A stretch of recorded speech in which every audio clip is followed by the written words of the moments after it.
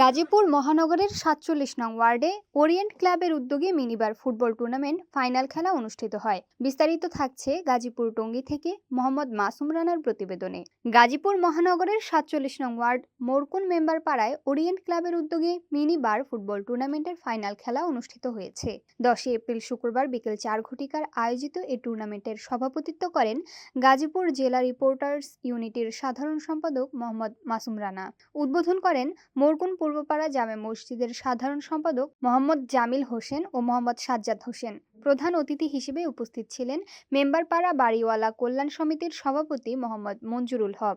বিশেষ অতিথি হিসেবে উপস্থিত ছিলেন মেম্বারপাড়া বাড়িওয়ালা কল্যাণ সমিতির উপদেষ্টা Alhaj AB Siddique, S M Yusuf ul Alam, Mohammad Shibli Sumon, Mohammad Jahangir Alam ও অনিক সরকার।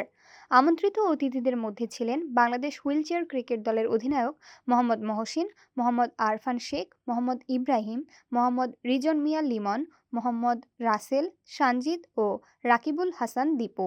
উক্ত ফাইনাল খেলাটি পরিচালনা করেন মোহাম্মদ হাবিব। সহযোগী হিসেবে ছিলেন সাইমন ও মোতালিব।